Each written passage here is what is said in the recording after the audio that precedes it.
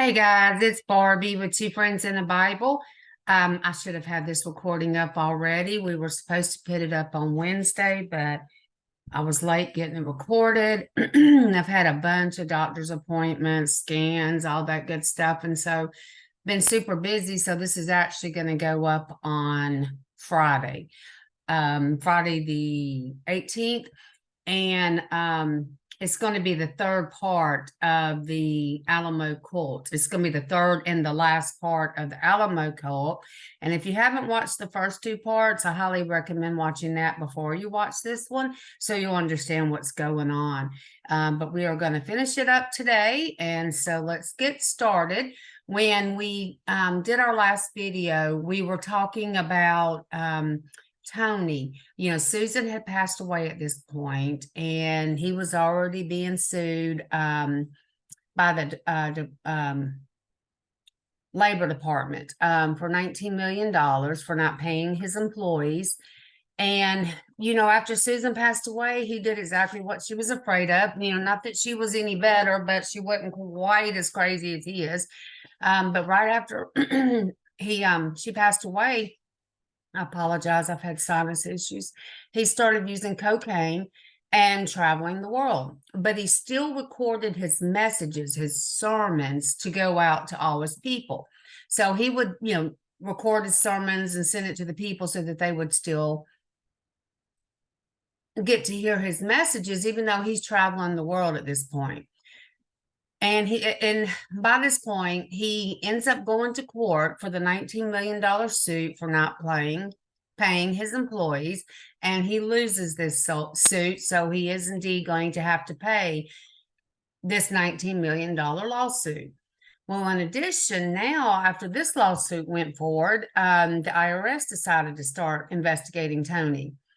And as we talked about before, the businesses were worth over $50 million now. So Tony was financially set, even if he paid the $19 million for the lawsuit and also the IRS's lawsuit, he still would have had enough money. But instead, he tells the members, don't worry about anything going on. Don't worry about these people coming out and investigating us. I'll be the fall guy, and I'm going to do it for God. And I'm going to take the punishment for the IRS as well. And while he's telling them this, and while he's being invested by the IRS at this point, the beatings are still going on, and the beatings of the children become worse and worse. And even if Tony was not at the compound, out traveling the world, he would still call in and get on speaker and tell them who to beat, how many licks, and all that. And he would listen while it was happening. And in addition, while it was happening, he's sitting there saying Bible scriptures. And I don't know, y'all tell me, but I don't think I know of any Bible scriptures that says beat your child. And in nowhere does it say beat your child to get the devil out of them.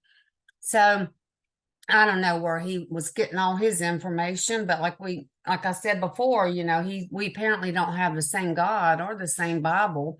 So now we're going to get into 1984, and Tony started dating this Swedish designer who looked so much like Susan that it was really freaky to many people. Many people were like, oh my gosh, she looks just like Susan.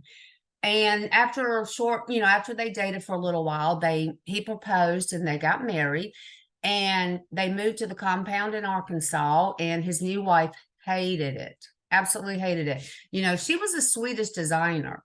She was used to living, going to big cities like New York and Hollywood and all that. She wasn't used to living on this compound, in Arizona, and she hated it.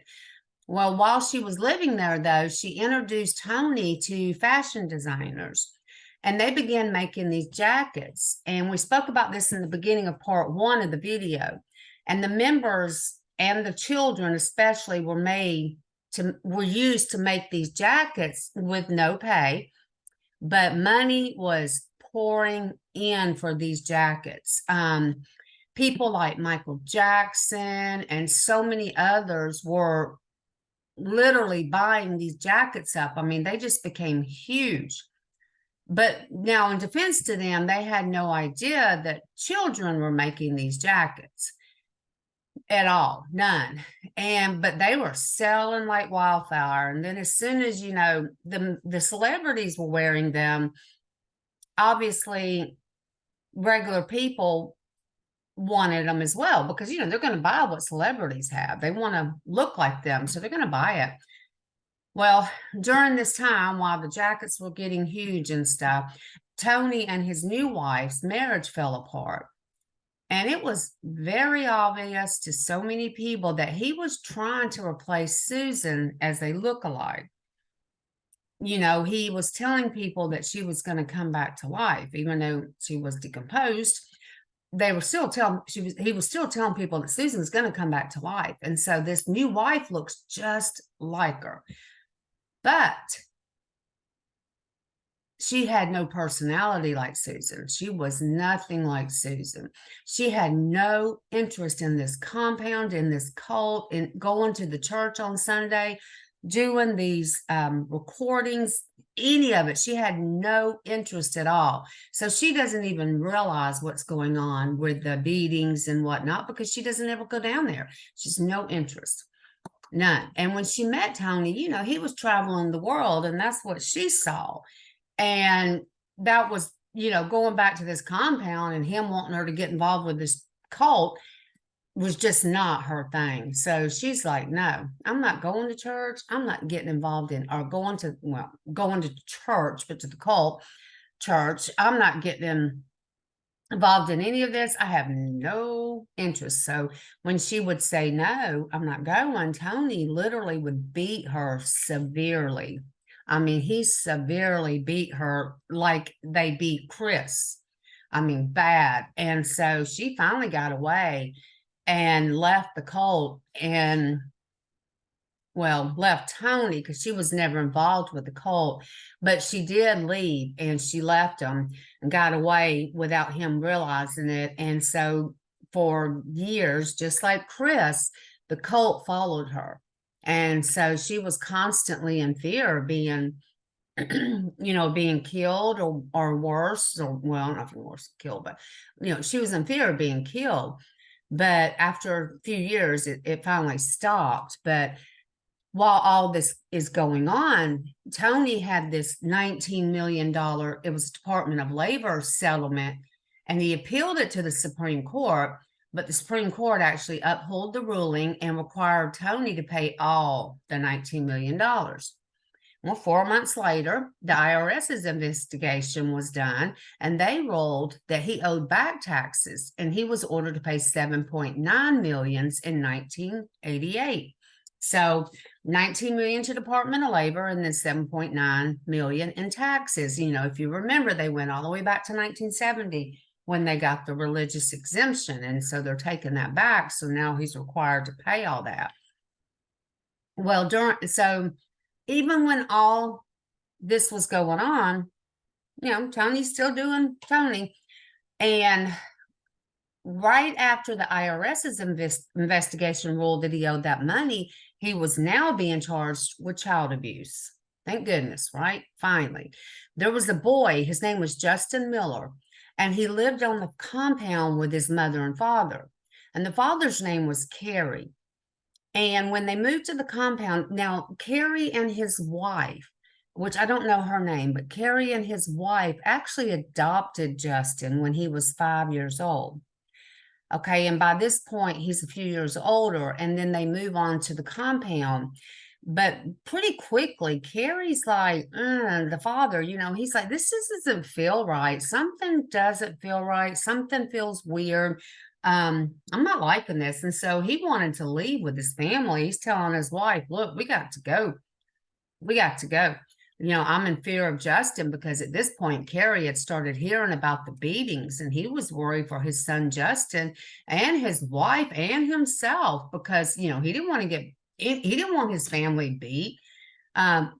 Unfortunately, though, his wife, she was so brainwashed by this cult, she refused to leave. She said, no, we're not leaving. I'm not leaving, and you're not taking Justin. So she wouldn't leave. Well, in the meantime, somehow Tony found out. And so he went to Carrie.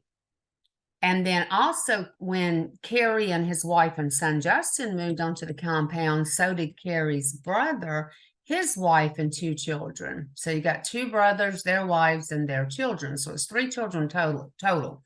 Well, Carrie's brother was feeling the same way. I'm not feeling it. There's something not right.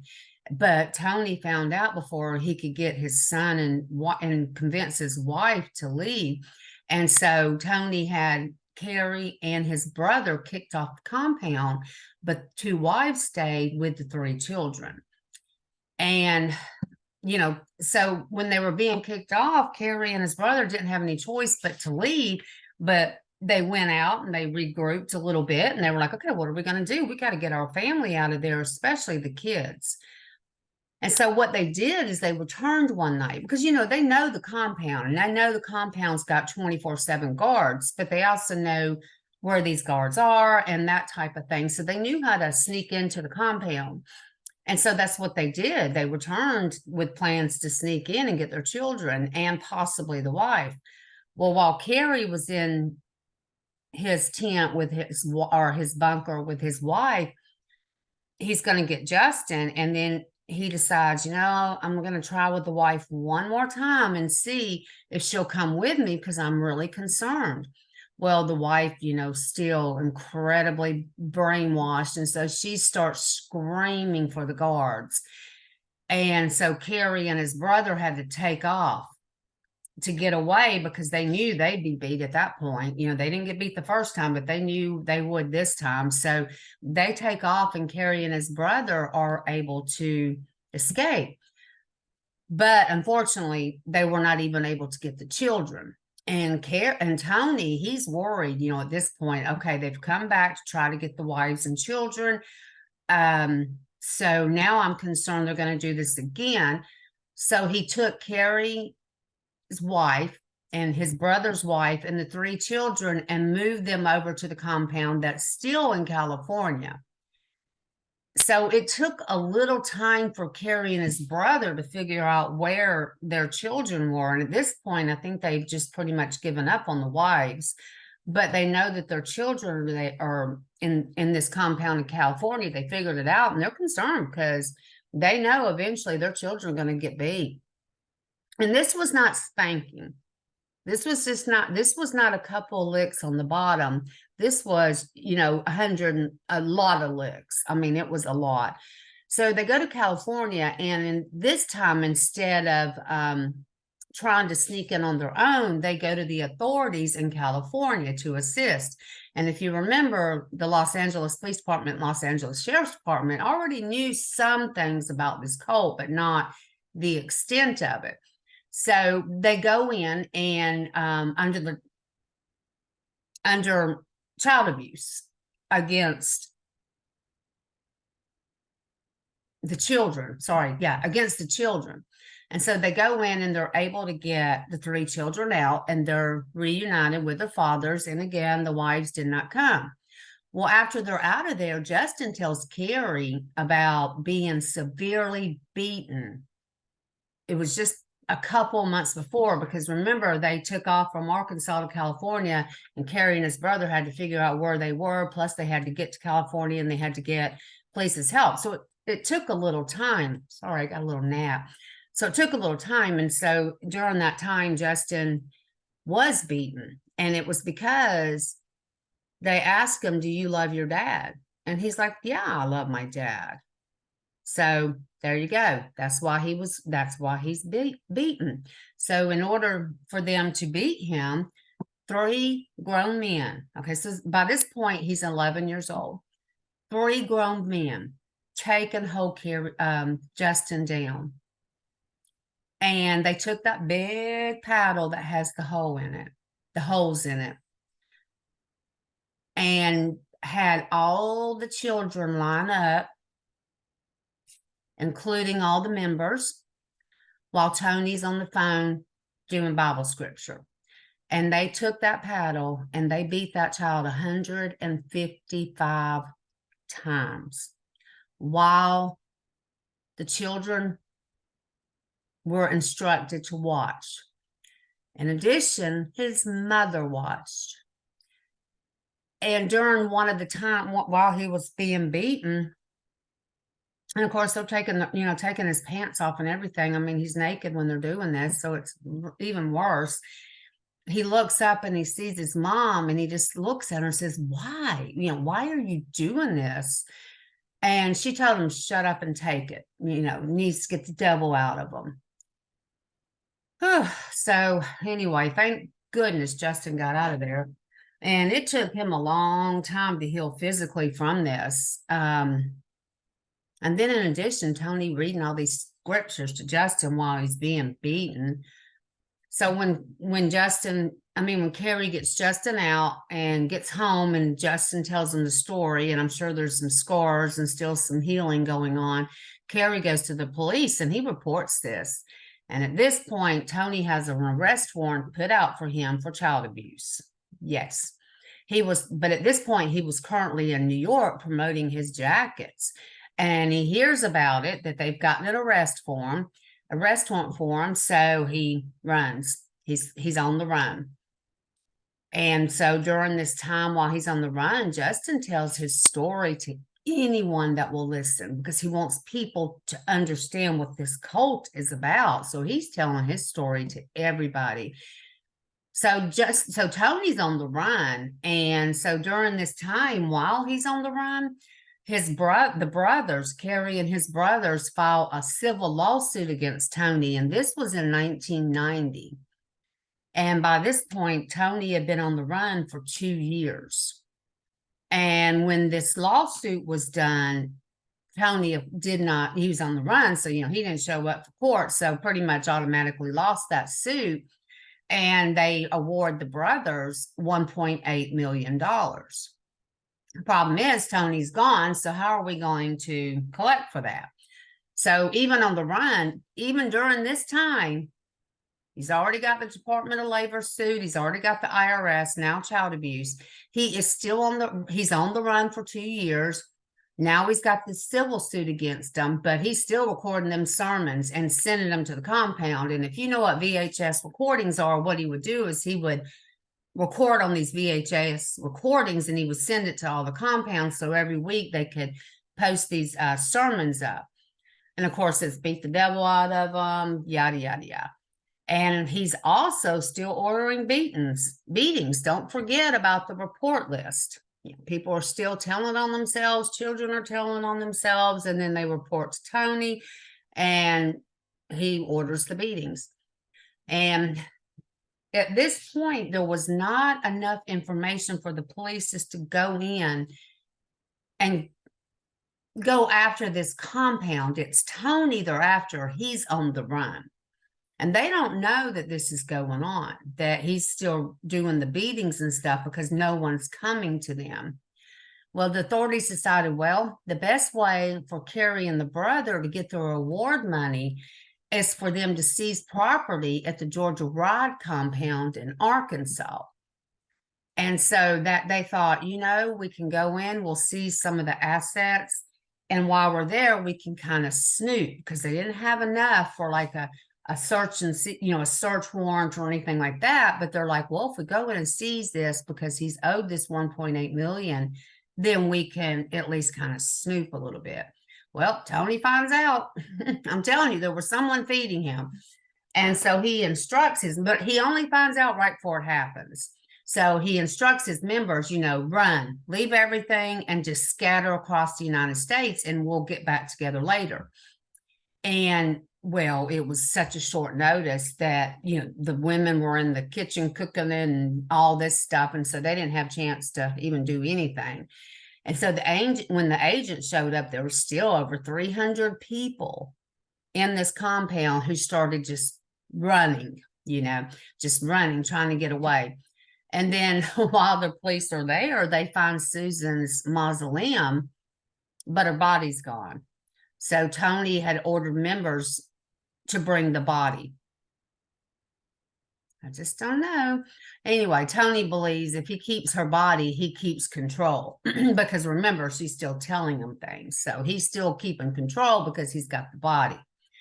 And then Tony calls so Tony, he thinks he's smarter than anybody. And so he decides he's going to call the local newspaper and tell them that he is going to make the judge who ruled against him for the brothers' lawsuit, and he is going to bring him to the courts of God, and that Tony himself would be the judge this time.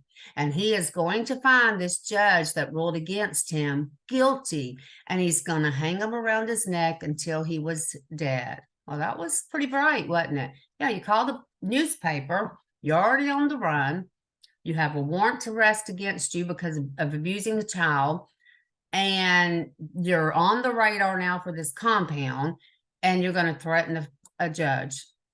Yeah. So you know what happened when that happened? When the journalist published it, the FBI found out. And so at this point, it's just not local police looking for Tony. Now it becomes the FBI. So, they're able to do a lot more internationally. So, well, during this time, Chris hears about what he's doing with her mother's body. Now, I know a lot of us think to ourselves, gosh, why didn't she just stay gone? And who cared about her mom's body? Who cares? Because look what her mother did to her. Look what her mother created. Now you got Tony. And I mean, look what she has created and what she has done. But she still loves her mom, and that's very normal. And so I think what bothered her more was that not just that Tony was taking her body from place to place, but that he was telling people he was getting information from her and that he was going to raise her from the dead. And she's like, okay, this is nonsense. My mom is gone. She is not coming back. She just wants to give her mom a proper burial and end all this nonsense. So she files her own lawsuit against Tony to get her mother's body back. So now he's got this lawsuit. So now that the FBI are involved, they raid this compound again. Now, the first time when the police did it, remember, they didn't have enough for a search warrant and whatnot. So they only were able to just kind of, peek around. They weren't able to go through drawers and whatnot. But then when he threatened this federal judge, that was a different story. So the FBI raided the compound, and this time they were able to search everything, and they find a list, and it's a list with all the members' name and personal information. So with this information, they start wiretapping these members' phone, and there's just one number that calls the members daily from a Tampa, Florida number. It's one number, and it's calling a lot of the members daily, and it's from Tampa. So they're like, okay. So they go to Tampa, and FBI finally finds Tony in Tampa, and they arrest him, and he is charged with threatening a judge's life, but was acquitted. You heard that right. He was acquitted. So Tony, this charge is gone. But even with this, he still has more charges because he's been running and just all the things that he's done. But they give him a $200,000 bond. Well, I mean, he's got a $50 million cult. $200,000 is nothing. So he pays it and he's released. And he goes back to Arkansas. And his members return, the ones that had scattered across the U.S., and they return. But in addition, they bring new members with them to join. Yes, more members join. We're looking at this point, thousands, a couple of thousand is joining this cult. You cannot make this stuff up. And so what they do is they open a new cult church and a compound and start right back where they left off. Okay, so here comes my disclaimer.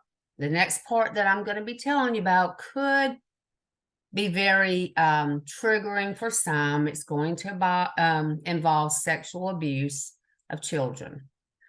And I'm not being, it's a Christian channel. We're not going to get deep into it, but we are going to talk about it. So if it's triggering, you might want to skip this part. So once they get back on this new compound, Tony decides that he's not going to be teaching from the New Testament anymore, just the Old Testament. And so he decides polygamy is a good idea. He thinks that's great. And of course he does. Back in the Old Testament days when like Abraham and stuff, or, they have maybe, a couple wives or whatever. A lot of it was to populate the earth. It wasn't, I mean, they still had their main wives, and a lot of times, they might marry the wife's sister, because maybe her husband died or whatever. So yeah, it was going on back then, but it wasn't like what Tony was wanting. So so in his sermons now, he begins to teach that polygamy is okay. And that the Bible says once girls hit puberty, it's okay for them to marry. He's getting that because the Jewish girls in those days, they were usually 13, 14, when they got married, but that was common back then. That was just, it was different. It's not what it is now. And they weren't marrying 50-year-old men, in the Jewish customs. I don't know what the pagan people were doing, but they were not doing that, like Mary and Joseph, she was probably 13, 14. He was probably about 16. So anyway, Tony has said that girls can be married now at 13, 14, or 15 years old. And so he decides, well, since we're doing polygamy now, I can have more than one wife. So he starts taking the girls that are 13, 14, and 15 as his wives, and he is sexually abusing them. Because by now, Tony's like, what, 50-something years old? Yeah, he's sexually abusing these girls. And he's marrying them, but yeah. And the parents are fine with it. The parents saw this as a privilege. That this was a privilege, that their daughter was chosen by the chosen one, by the prophet who still talks to Susan. So they're fine with it. And they, in addition, their daughters get to go live in this nice fancy house and have nice clothes and things with plenty of food. So to them, it's a win-win. Now, the girls, though, they thought that the girls that he married, they were not told that they were marrying them at first. They were told that they were going to be living in the new house. And they were super excited because they were going to have their own room and they were going to have a nice place. So they're excited. They had no idea what was going to happen. They just thought that they were going to be living closer to God's prophet and have nicer amenities. Well, Tony, he has a stash of wedding rings at his house. Yeah, you heard me right. He just went and bought a bunch of gold bands. And so as each girl is coming to the house, he marries them, and then he proceeds to sexually abuse them. And like I said, the girls did not know until they got there, and then they weren't allowed to leave. But the parents did. And all the women that he married lived in this house with Tony. And his youngest victim was 8 years old. Now, remember this 8-year-old because she is a tough girl. She's 8 years old. And when she got brought to the house, she was excited because she found out, oh, yeah, I'm going to get to live in this nice house. Well, then Tony takes her, puts the ring on her, and then proceeds to sexually abuse her. And she is hysterical. She's begging her parents to take her out of there. She begged them and she's crying, and they were like, no, this is a privilege. So anyway, in addition to abusing these girls sexually, he abused them physically and mentally. He abused them emotionally. He just abused them all the way around. It was awful. Finally, let's back up to the IRS. It took some time once they for them to do their case. And so it was 1994 before that case finally went to court. And, you know, he owed $7.9 million, but he also got 6 years in prison. So at this point, we think this is great, right? Yes, Tony's going to prison for 6 years. This gives the cult time to get their minds back straight and get away from this nut. But yeah, it didn't happen. Nope. So what he did was somehow, I don't know how, but somehow he still managed to do his sermons from prison. And he would have his high-ranking people come and get the tapes and bring them, and they would have sermons. And he still ordered the beatings. He still ordered everything. Well, while he was in prison, Tony had the members buy some additional property in Arkansas. And he would have them bring his young wives to visit. Yes, in the jail. And what would happen, and I don't know how this happened, but they would form this circle, the wives, around Tony. And one of the wives would be picked to be abused, molested while he's in prison. Yep. He sure did. So 6 years later, Tony, he's being released. And so he returns to the new property in Arkansas. The good news is, as soon as he got there, he was immediately rearrested. He was rearrested because of housing Susan's body, a corpse. So at this point, when he's in jail again, he sends his members and he has them take Susan and drop her off at a funeral home where she was finally able to have a burial. So the funeral home, of course, contacts Chris, who contacts the police and lets them know, I got my mom's body. But because Tony was Susan's legal husband, he was allowed to decide where she would be buried, not Chris. Well, you know, Chris took it because she at least was getting the body buried and resting, and Tony could quit traveling everywhere with her. So he gets released from prison because he complied. So he was only in there just a short time, but he did get back out, and he returned back to the new home in Arkansas, where he reunited with all his wives. And some of these wives were wives that he actually married in prison, because you remember a lot of these girls were born. Remember, they called him Papa Tony. They were born in the cult, in the compound. So they were becoming of age, that 13, 14, and 15-year-olds, which still don't know how he was able to do the 8-year-old, but because he said 13, 14, and 15. But as they were turning that age, and he would look at them and see if this is one that he wanted as a wife, and they would bring him to prison. He'd get married in prison to him. And he had never even actually met him outside of prison, you know, because there were so many kids, he never really met him. But anyway, that's what he did. So after he gets back out of prison, the 6-year stint, you know, and then the few months he was in there for the corpse case, he just returns right back to his old way of life. He's abusing the girls, sexually molesting them, hurting them, marrying them, and this goes on for 10 more years. And by this point, Tony has 24 wives. 24. But yes, it is finally coming down on him. It is finally crashing down on him around this point.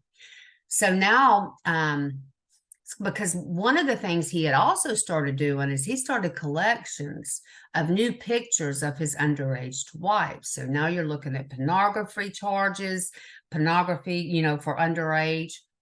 And so during these 10 years that all this continues to go on, there were several cult members who were able to escape. And when they escaped, they didn't go to the police because they're scared, you know. But what they did do, and this is when social media was coming out, like MySpace and I know some of you probably don't know what MySpace is, but that was before Facebook, and some of the other ones were coming out. So some of the members got on and actually started talking about what happened. Not sure why they weren't scared of that, if they were scared to go to the police. Maybe they didn't understand that Tony could possibly see this on their pages. I'm not sure. It really didn't say it, but that's what they did. They started posting and talking about what happened at this cult and what Tony did to them.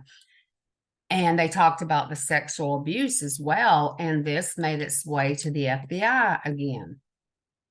So the FBI start looking into this again. They're like, wait a minute, wait, what? What is going on? Because they thought once they arrested him for the judge's thing, and these other things, they kind of closed the case. That's what their job was to arrest him for threatening a judge. And so, and when they went to the compound the first time to search, everyone was gone. There were no children there. None of that was going on. Tony's in jail and nobody's talking. So it went, when Tony got out, it went 10 more years. But anyway, the FBI are back involved again. And you remember I told you to remember the 8-year-old girl. Well, the 8-year-old wife of Tony. Well, at this point, she's 15 years old, and she actually was one that escaped. Remember, she begged her parents to take her out of there when she was 8 years old. Well, this time at 15, she's like, well, obviously my parents aren't going to do anything for me, so I'm going to do this on my own. And she escapes. Well, the FBI find her. Okay. She's not in trouble, but they find her. And they question her because they want to know what is going on at this cult. What is happening? We thought it was a church and all, blah, blah. What is going on? And so she told the FBI everything,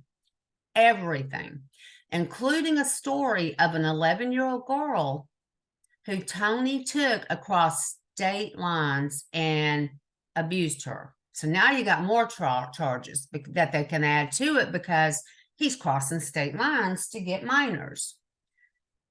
So by the time it was all said and done, they had 10 charges against Tony. But when they went to arrest him, of course, he was gone. So when they go back to the newer compound to arrest him, he's gone. And so this time the members were still there. And they start searching through and they find so much incriminating evidence against Tony and the minor children or his minor wives that he was abusing. And so what they did was, the first thing they did was got the children out of there, and they actually put them in foster care. And then they proceeded to keep searching the compound, talking to the members, that type of thing. Well, they finally came to an agreement with the parents. You can have your children back if you do not ever touch foot on this compound and you never have conversations with Tony, and we're going to keep a watch ever again, and you get counseling to get this cult mentality out of your mind. So a few of them agreed to this, but many of them did not. So their children stayed in foster care. They would not go against Tony. I don't know. So finally, the FBI were able to find Tony, and they brought him to court where 5 of his wives testified against him. The little girl that was 8 years old and is now 15, when Tony abused and married her, she was one of the primary ones to testify against him. And she testified for the prosecution, of course. Well, if you can believe this, her mother, the one that would not take her out of this nightmare, testified for the defense on behalf of Tony. That's right.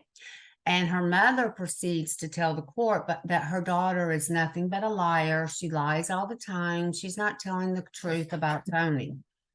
It's like another Susan mom, isn't it?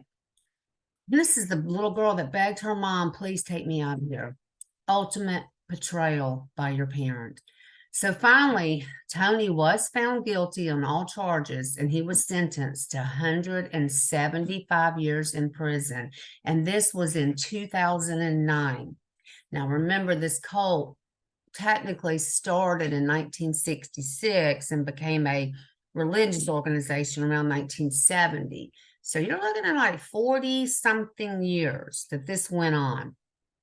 So Tony, he's probably in about his 70s by now. And so he was in prison 175 years, no visitation from minors, nothing. This is all, he has been finally put to a stop. No recordings, no nothing. Well, he died in 2017. Yay. Well, many of the wives, they grew up in that cult. And they ended up staying and getting a house together and just living together as, sisters, basically, because, they didn't know what else to do, because that's all they knew. And then many of the other wives escaped and got out of there. And some of these wives, if they were, 13, 14, 15, 11, 8 years old, they were born in that cult. That's all they knew was this cult.